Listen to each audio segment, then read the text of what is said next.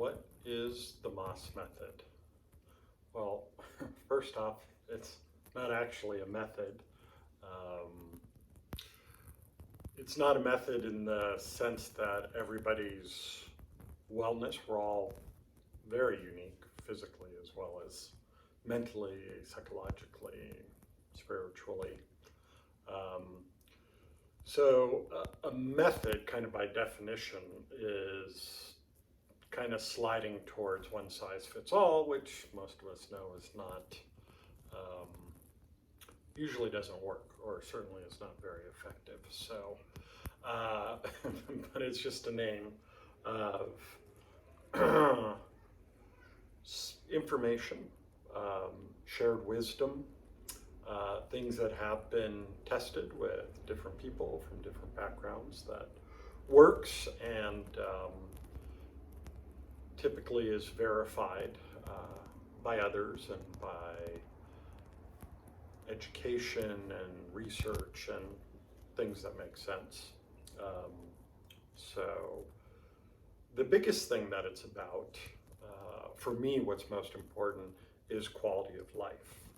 And that can mean a lot of things and different things for different people. But in general, it's about being happy, certainly being healthy, being peaceful, being vital, physically as well as mentally. And also, since the world is an interesting place, has its ups and its downs, also about resiliency. I don't think that there's a state of perfection with probably with anything, but what most healthy people and healthy organisms, from single cell to us, to people, and even entire ecosystems, is that things are constantly fluctuating, but a real health, a well-balanced system, wellness within people, means that when getting off of the center point of being balanced and healthy, it's recognized very quickly and then it's brought off.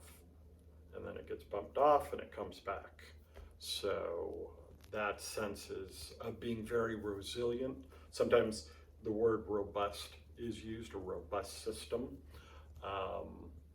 And that resiliency really is so important for all levels of our health, from physical to mental to spiritual. So quality of life, what is it that makes you happy? And I heard or read the Dalai Lama talk about the idea, and I'm sure it's not exclusive to him, but that what people really want is to be happy and not to suffer. So quality of life. And the methodology, so to speak, is about understanding. Maybe you could look at it in two ways: understanding who you are as an individual, and if this happens to be in a group dynamic, a group, a business, a project, what have you. Obviously, the individuals within it are important, but also the organization itself. When more than one, two, and then especially from three onward, so to speak, has its own life, its own separate thing. So understanding wellness, health, balance, and resilience is important about understanding the individual, and if it's a group, understanding the group as a whole when it's more than one. But appreciating who you are as an individual, your individuation, and at the same time understanding, to some degrees it may seem paradoxical, universal principles of wellness. And one of the biggest ones is typically I've worked with people, and the general curiosity surrounds a couple things. One of the biggest ones is chronic pain. In intense pain that's intermittent, low pain that's chronic, or a lot of pain, unfortunately, that's chronic. So pain, pain specifically in the body, like low back is a big one, probably the biggest one, but up and down the spine and the hips, the knees, the elbows, just from daily activities that make them sore, to people that are athletic, but a lot of times pain, and then with that dysfunction, the inability to do things that you enjoy doing, that bring you quality of life. And then a big one that actually is in certain ways even more impactful is chronic stress.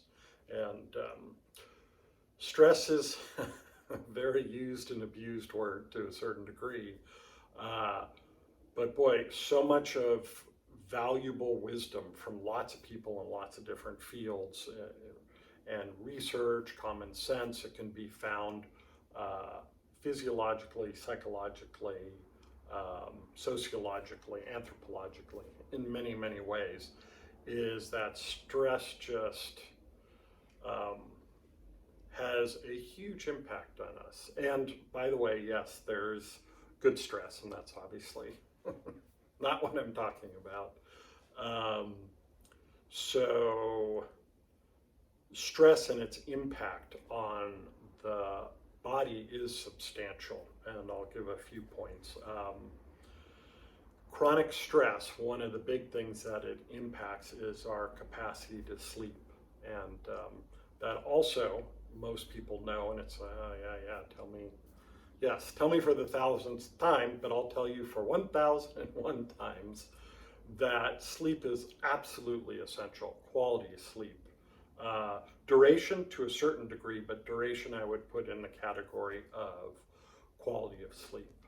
How well you rest, and so much of how the body replenishes and regrows and all the things that happen, but probably even more importantly, just keeping our sanity. I'm sure most people know. If you don't, you can research it very quickly, what happens to the typical person, to almost anybody, if they're deprived of sleep. And the more it gets deprived, the farther it goes. So stress has a huge impact. And if you are not well, if you are not feeling like you should, that is one of the biggest things, is what would improve your sleeping. Sometimes I call it sleep hygiene. And it doesn't need to be complicated, in the sense that just start paying attention. What are the things that keep you up or make it hard to fall asleep? Typically in here, the brain just not going, turning off, and all those thoughts and ruminations. And there's very simple, effective things you can do for that. Just mindful practices, meditation, those words tend to throw people. So you can also look at it from cognitive relaxation,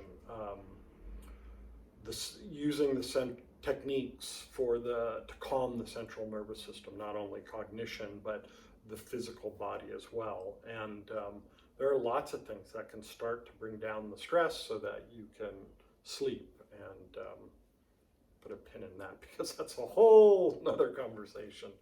But chronic stress leading to that. But also, as most people are aware of, chronic stress very typically has a negative impact on our endocrine system, our glands and our secretions of hormones and other chemicals that have so much to do with our health, from metabolism and the immune system, and down into the neurochemicals found not only in the brain but in the gut. Gut health is important, and that's another buzzword, so to speak.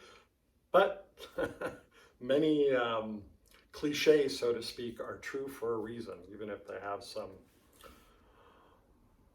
stuff around it that's a little, typically there's a core of truth there. So, but chronic stress interrupting things from a biochemical standpoint has huge ramifications. If you're constantly stressed, For a lot of people, it lowers your immune system. You're sick more often. It can affect the way your body metabolizes food, energy, and it's not uncommon, and I've seen this for 20, 25 plus years, is that typically the higher the stress, the more chronic it is, the more difficult it is for someone to maintain a healthy weight. And typically the weight goes up and up and up and is misassociated with age. In fact, there's a lot of things that decrease quality of life that are associated with the inevitability of growing older. I would put forward to you to look at it from a different way and see that over time, if we don't correct things, if we don't bring things into balance, they become significantly magnified. It becomes exponential. So I have found that while we certainly change, we all age, most of what I've worked with people and so much of what I've studied and makes just common sense and seems wise is it's more that over time we repeat things that are not good for us, and a lot of those are unconscious. So that's a whole nother process. Part of the methodology in working with people is having people understand what are the impacts upon their health that they're not even aware of, because if you're not aware of it, how are you going to change it? A lot to unfold here. So how the stress impacts the body and weight gain, and something that's oft talked about, and again, also for good reason, is the constant stimulation of the amygdala, the part of the brain with the emotions, and other parts of the brain and other glands also importantly, but the constant trigger of what's normally known as the fight or flight, acute stress responses, what they call it, but we know it as fight or flight. The response, actually, ironically, to stress is a very good one. As the old saying goes, better to be startled and have your heart rate and your blood pressure jack up with a startling sound in the bush, like at night, something next to you, and you get startled and you start running and it's a little rabbit. Much better that than you don't respond that way without thinking in literally less than a second and a nanosecond that doesn't happen, and that little noise actually happens to be a big hungry bear. It's a simple analogy, but it's really true. Better to be startled and flee or fight and be around than to go, it's nothing, and gone. So the dilemma is that we're constantly in stress, and the parts of our physiology, especially our brain, cannot make distinctions as to what is truly life or death and what's just the grinding stress of things. So typically our acute stress response is pegged. And another item talked about a lot is like high cortisol levels, which for many reasons is not good on the body. It, like other things, like the stress response in and of itself, is supposed to do its thing. But what would it be like if you left on some type of machine like your car all the time, never stopped, constantly going, constantly going, constantly going? You're going to wear that thing out much sooner than it needs to be. Fortunately, we have tremendous capacity not to wear out, to last quite a long time, but at some point the body just goes, enough is enough. We can't keep putting out multiple fires. And in this day and age, when I work with people, read case studies, all of that, it's not a couple fires. I mean, there are raging fires everywhere. So, which brings me to the general idea that in talking about this methodology, the information on the Moss Method website, is the distinction between cultural evolution and biological evolution. And simplified, it means different things, especially from an academic standpoint. I'm using these two words and the ideas of how they relate to each other just in a very basic, simple sense of explaining what could be a very good possibility of what's happening. And more importantly, that understanding, that awareness can really help to increase health, wellness, quality of life. And that is while our biological evolution, continues, but is typically considered a very slow process. Our cultural evolution, and this is, this is not new, has increased substantially. I mean, all the way back from 10,000 years ago with the beginning of agriculture, huge change. And then the Industrial Revolution. I mean, there's been significant ones, those were much longer, but the last few decades, technology, and I mean that in a very broad sense, has rapidly changed so many things. So our culture has us in front of a screen a lot more, sitting a lot more, driving a lot more. And as an aside, the body's incredibly resilient. It has the capacity to do a lot of things, like sitting, like watching something, working on a computer. The general dilemma I see over and over, and I've experienced myself, is that constantly doing that without any respite and any counterbalance, because most of our current cultural demands are not very functional. They weren't the way we were biologically designed. When we do it without an understanding, with an ignorance, and I don't mean that in a bad way, you have problems. You don't realize that if you're going to sit a lot, there are muscles that are going to tend to shorten up, other muscles that are going to tend to get weak. It's usually commonly known when you sit, your hip flexors get tight, and that attaches to the low back. Your glutes get tight, and underneath in there, the piriformis, which sits on, by, close through the sciatic nerve, which causes a whole lot of problems, sciatic pain, down one leg, down both legs. Compression, when we sit versus standing or squatting, increases on the spine. The spine's capable of doing that, but when we do it all the time and we don't strengthen and lengthen the appropriate muscles, it's just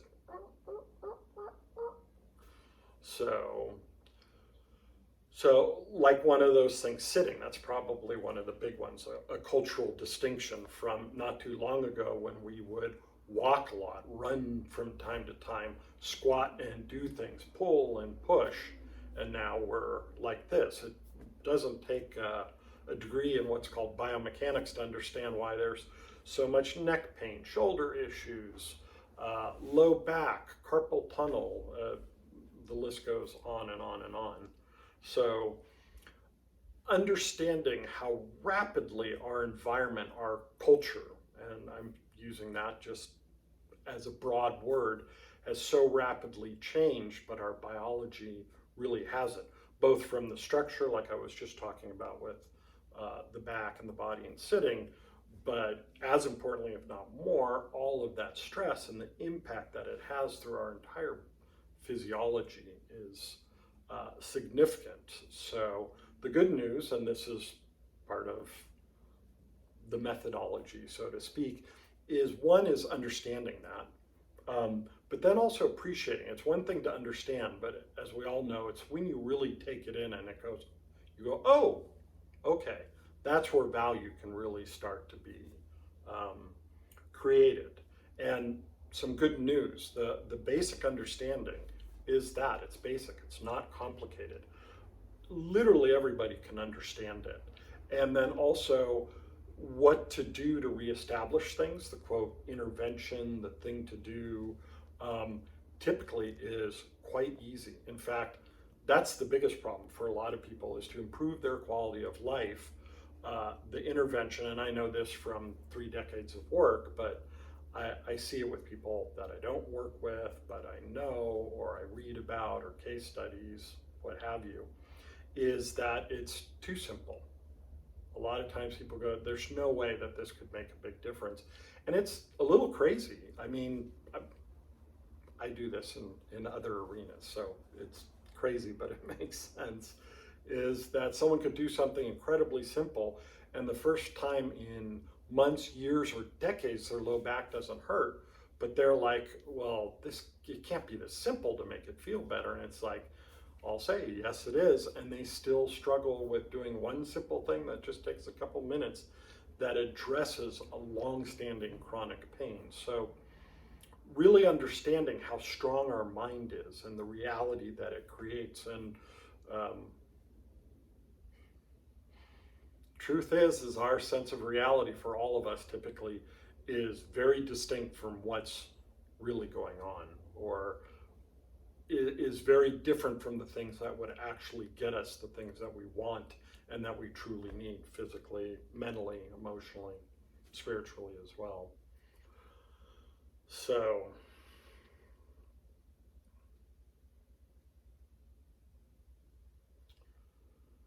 that sense of understanding how much our environment has changed and how much we need to change what we do physically, but again, also, just what we were talking about mentally, is understanding sometimes that things are incredibly simple. You'll find information on the website that almost sounds too good to be true or too simple, but guess what? It works, and the only way you'll know is by trying it out. And certainly modifications for each individual, variations need to come into play, but the basic core ideas are there. And one other thing that's so important to realize is we, like so many organisms, if not all of life, is strongly set to self-correct. And I've seen that physically, mentally, emotionally with people, that if a person is given an appropriate information individualized to them, especially from how they hear things and how they process things mentally,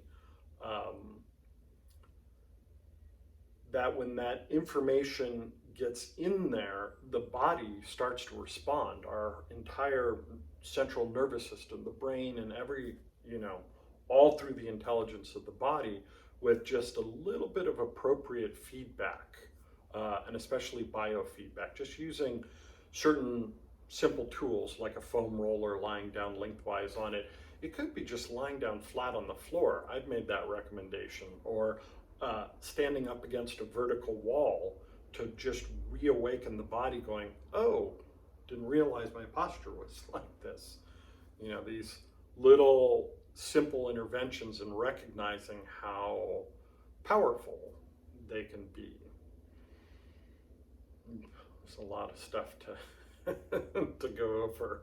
So if you're still watching, I applaud you. I hope this is valuable information. But understanding that the intervention, the exercises, whatever you want to call them, can be very simple but very effective, and so important to recognize the importance of how you view things, the narrative that is your life. And hopefully more people know there's this adage of no pain, no gain. In many areas of physical recovery, there's not any doubt anymore. That adage in a lot of ways will actually make the situation worse. Gutting certain things out when you're physically out of balance typically is going to make things worse. And also the idea of more is better. Let's all be honest, in the culture we live in, we are so maxed out, it is bananas. It's ridiculous.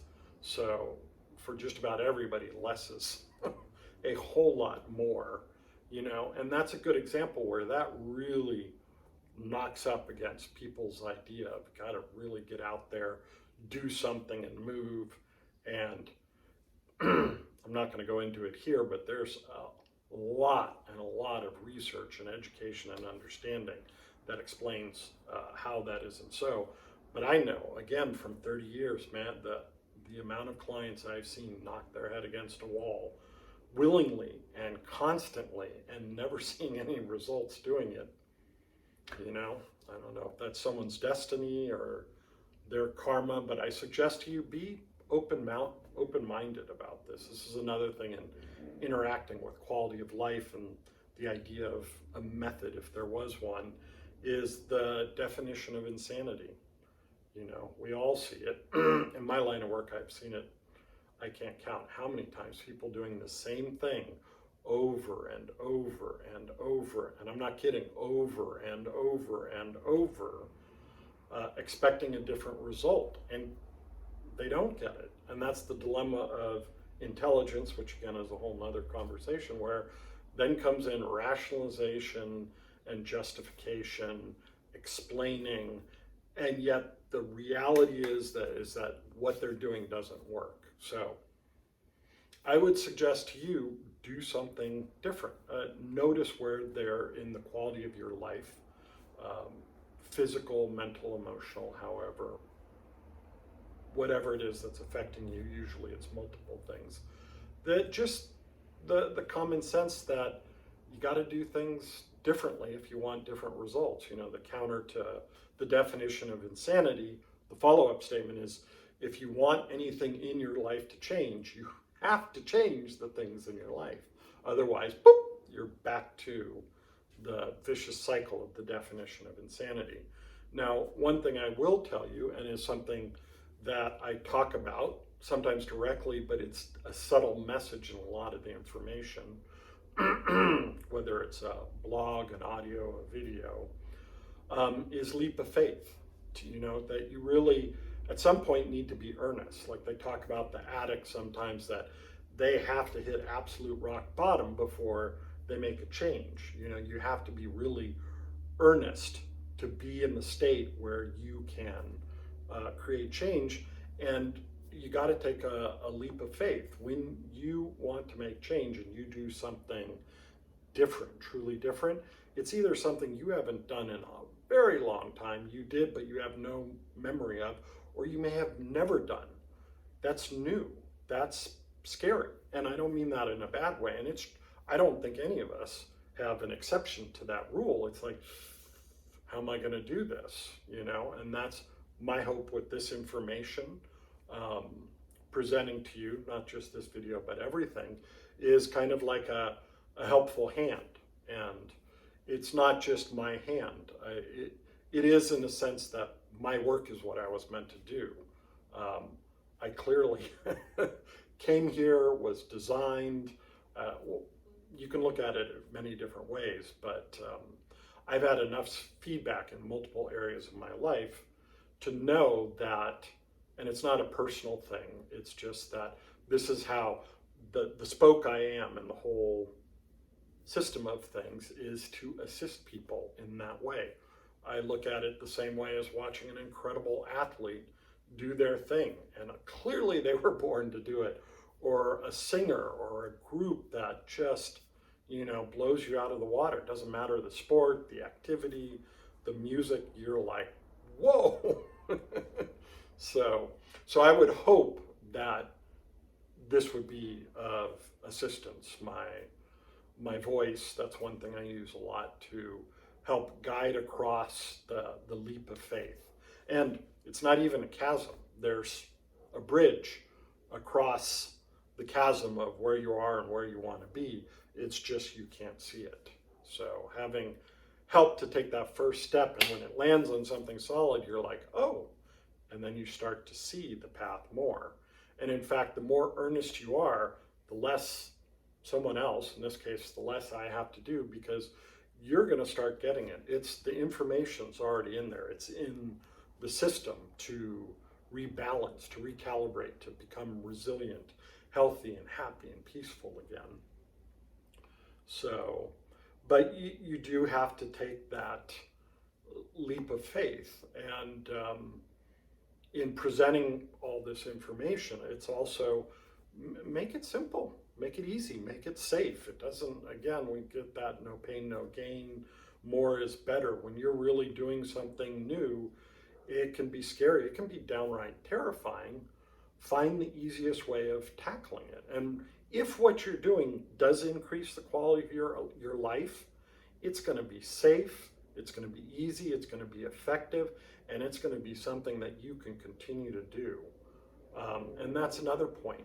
From the very beginning, if you're having a lot of issues, whatever helps you then, no matter how small, easy, or simple, that is something that you can continue to build on. A foundation is a foundation, and let's say you fully recover and you become dominant in whatever healthy way it is for you. Those simple things in the beginning will just continue to propel you forward. They're safe, they're effective, and when done correctly with the right guidance, they're fun as well. It is. I've been asked this, and I've thought about this too, and it just comes up right now is, well, this is too good to be true. It's not. Most of us in some way have had that experience at least once, but again, there's a tendency of the mind coming in and rationalizing and justifying.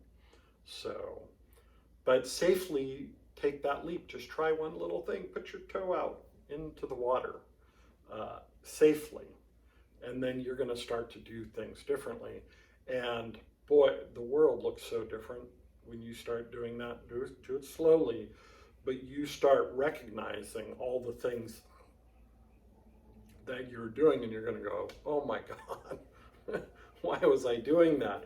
Or no wonder I was having those problems, And that's another thing I find more and more now too, is that people will think that something's not impacting their health, so they don't do anything. To go back to a previous point in this conversation was sleep, or probably a bigger one that I notice with people is noise pollution and light pollution. And our culture is going to continue, technology is going to continue. It is what it is. This isn't about regression. But most people don't realize that agitates their system to a certain degree. And also that it's just so consistent, so pervasive in our life. But the mind comes in and says, no, that's not a problem. Well, that's great if it's not a problem, but what if it is a problem? Now you really do have a problem. So, but all of this getting back to one of the fundamentals is also understanding, again, how self-correcting the body is. Just a little bit of appropriate feedback. And sometimes the feedback when I'm working with people is something that's somewhat individualized. And a lot of times it also could be something very general. It's a soup. It's a little bit of both. But boy, the body, when the quality is there, the body really starts to respond. And you do just a few simple things that are appropriate, that makes a difference, and you start seeing the results. It is truly amazing, because your body, your mind, your spirit, soul, what have you, really does want to feel good. One thing I heard years and years ago about being self-destructive, and I heard this in regards to other people, but it was brought up by one of my mentors directly to me.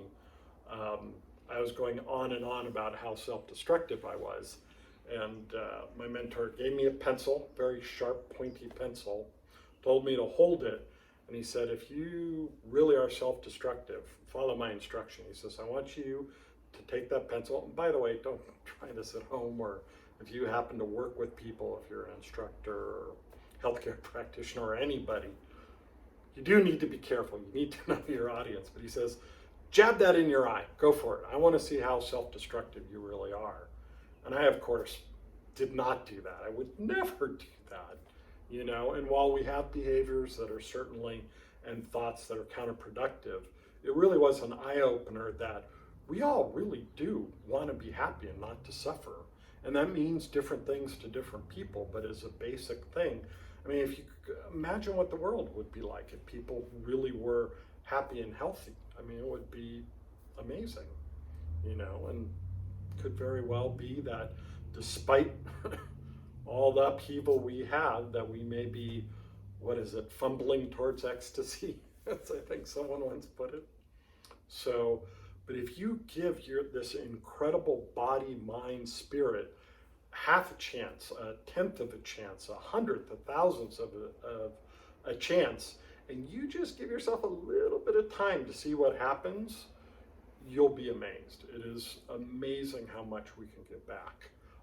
And even for people, if you're watching this and you're dealing with something significant, that is something to deal with. It's, you know, for the majority of people, things of chronic pain and stress are fairly straightforward, but there certainly are people, you know, that are out there that are really suffering, recovering from really bad cancer or bad car accidents. So, you know, all the same things apply, but we need to look at it a little differently, you know, different steps. But just if you're dealing with pain and dysfunction, there there almost is never a time you can at least make some improvement. And boy, some is better than none. Yes, it may be frustrating, but also a little bit of progress typically is one of the best ways to lead to more progress. So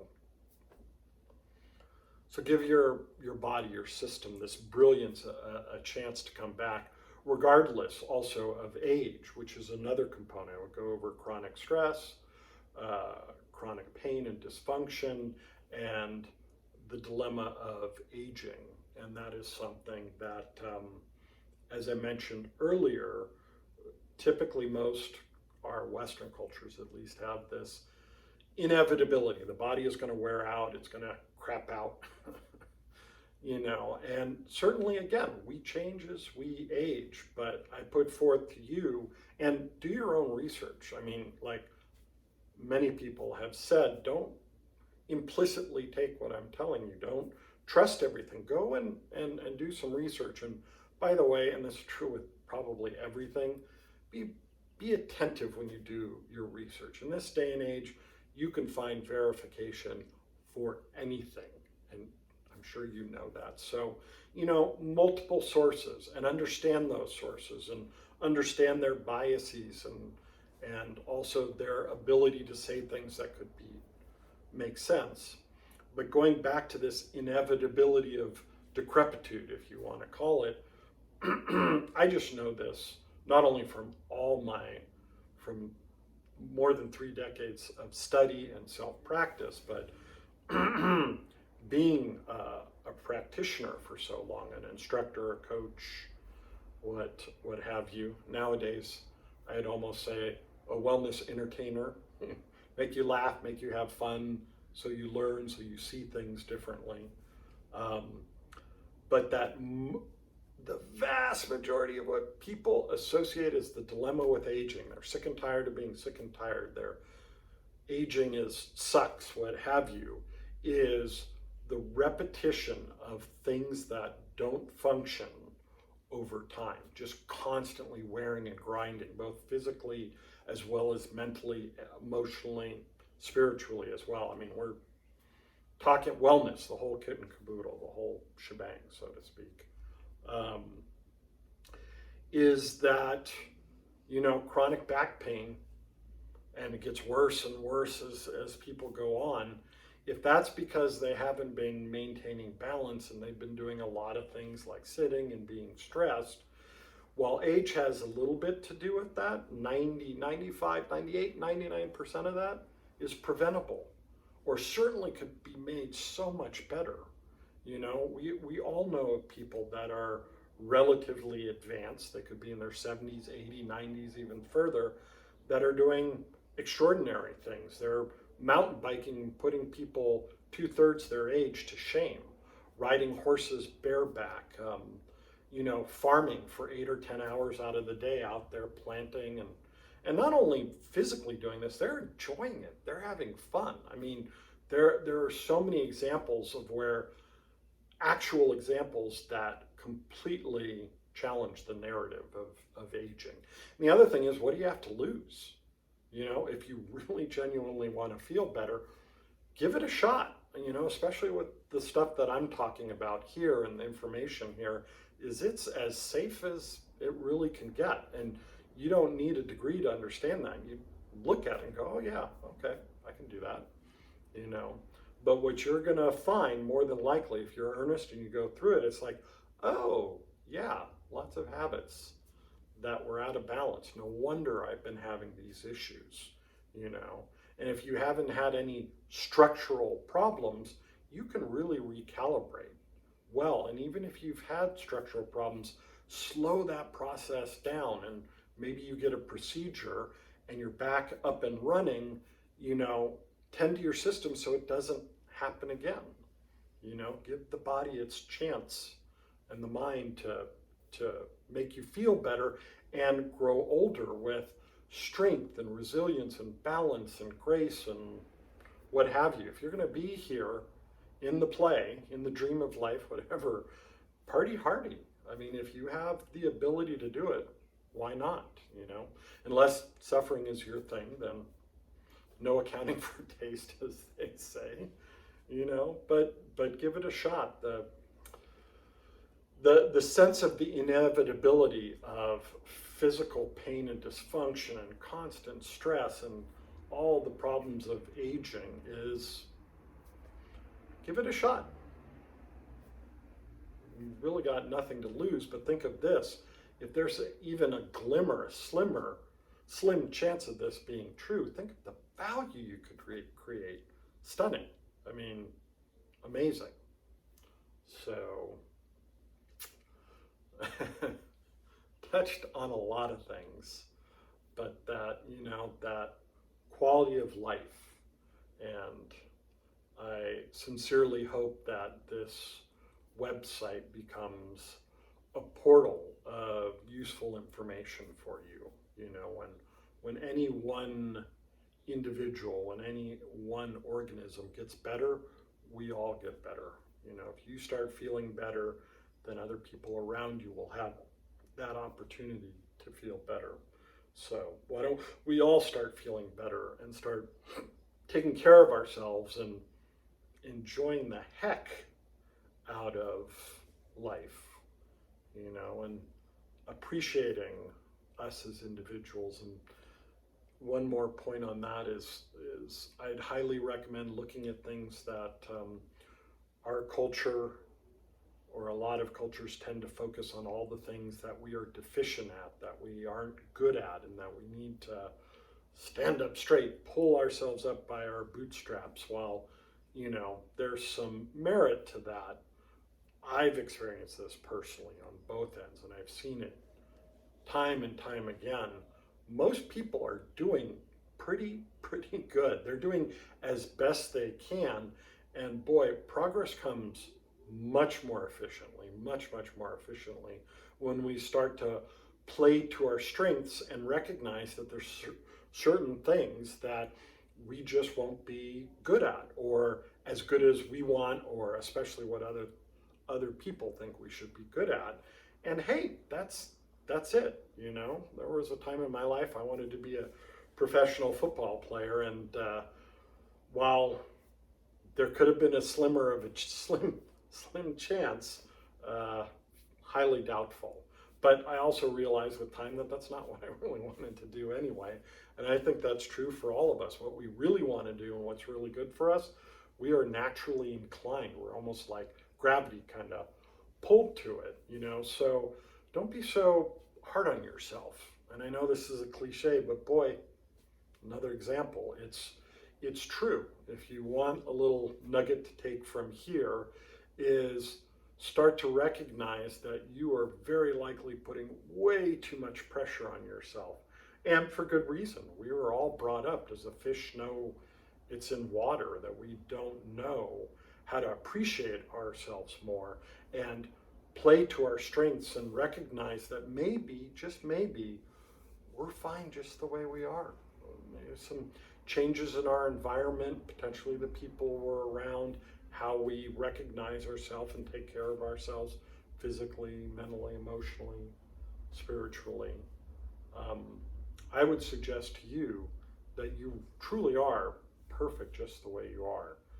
Things can change, but it gets really difficult when you don't appreciate at least a little bit of your own magnificence, so to speak. And while I don't use these words lightly, again, yes, kind of cliche-ish, but it's true,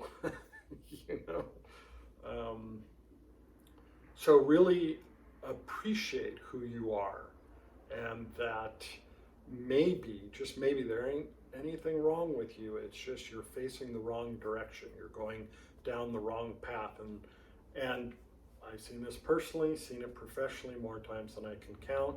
if you truly are on the wrong path, if you're going in the wrong direction, it doesn't matter how efficiently, how strongly, how dedicated you do it, you're going the wrong direction.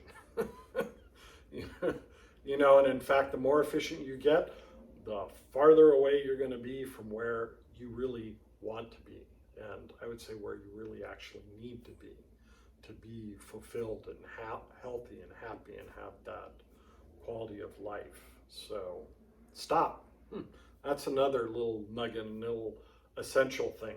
Most of what will make your quality of life better, make you feel healthier inside and out, is to just stop. Stop and be aware. One of the biggest things that I teach and I promote is to stop, become aware, and then let go of what you're doing that doesn't work. Most of the time, again, 30 plus years here seeing it, it's not what we do. It's recognizing what we are doing that needs to stop. That wellness is wanting to come in, and we have all these blocks and impediments, and we stop. You can stop, recognize it, become more aware, start to breathe and relax, and it's like, oh, okay. To make a simple analogy, you spent most of your life carrying something that literally is right at the line of your maximum capacity. Any heavier and you wouldn't be able to hold it, but it's just light enough that you just keep going. But here's the thing, you don't need that. It's not something you need. Let it go. It's like, and the world changes. You know, for some people, bam. And for some people, I've had both these experiences a little bit, but it's little bubbles like, oh, that's different. Things can be different, you know. Paying attention to things that are actual versus conceptual, you know, that's a big thing with the work that I do, but any good work is that you're getting appropriate feedback, and that feedback is not judgmental, and it's accurate, or as accurate as can be. Things continue to evolve, but if someone has an agenda, even for the best of reasons, and if they're not allowing you to create the change from the inside out, all the best teachers, instructors, what have you, coaches, all understand the same thing. We're not giving you anything. We're assisting you to see it within yourself. Hence this video, this conversation, the website, the information, the content. So that comes from within, from you, which is incredibly powerful, because that means you don't have to wait for anything, for anybody, for any time.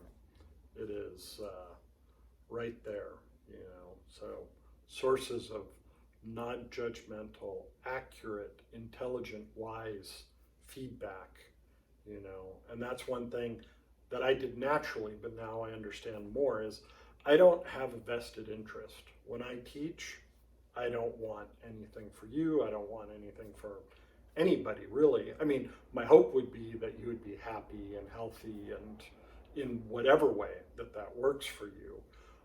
But whether you do or you don't, it ain't up to me. You know, I've tried assigning value to that professionally and personally, and it's never worked. So, you know, between using this as a resource or anything else, you know, besides the appropriate feedback, is there vested interest? And in this day and age, boy, that's important. So many things on so many levels and so much information out there. You know, you have to be your own arbiter of information. I'll tell you, in the health and fitness and wellness business, I could find information, data, research to prove or disprove just about anything. You already know that, I'm sure. I mean, just take nutrition and dieting. Just that alone, and it'll drive you bonkers. So be your own authority, really pay attention. And another little thing is listen to yourself. It may take some time, it may be very foreign, but you know, there is a healthy little voice, not that other monkey in the mind, but there's a deep sense of intuition and even something that's been talked about before of a priori knowledge, that something rings of truth when you hear it. You know, pay attention to that. There is wisdom within you, not only the body, but in the mind. It's like, oh, okay, you know, and it takes practice, and you're probably gonna get sidetracked with things, and hey, that's life. You've had that experience in other ways. You've also had success when you recognize that you didn't let that stop you, you know, so be smart about it, be wise. So, much more to talk about. That we'll put a bookmark at this point, but just as an introduction to you, if you've made it this long, I'm sure this is a video that is supposed to be way too long, as an introduction to this website, to my work, and to the general ideas here that were there long before me. I stand on the shoulders of amazing giants, as they did, you know, but I certainly hope that this is of assistance out there, and that you become a little more relaxed, a little more peaceful, that you become more happy and you suffer less. And I don't mean that in a negative way, but life is bumpy, you know. Become resilient. And I certainly hope that this helps to concretely, consistently, and in many wondrous and wonderful ways increases your quality of life. So, have fun and continue onward.